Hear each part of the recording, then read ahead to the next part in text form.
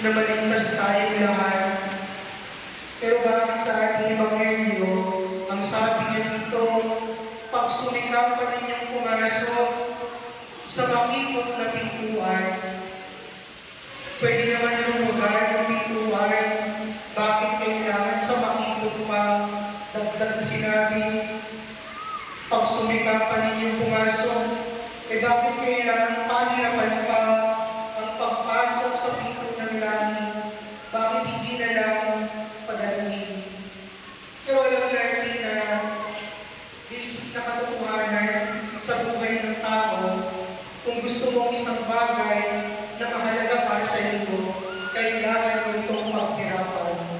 Sapagkat sa paghihirap, doon natin makikita ang tunay na halaga ng ating mga hinahangal. Tandaan natin hindi pagkakait ng Diyos yung kahilingan natin sa pamamagitan siyempre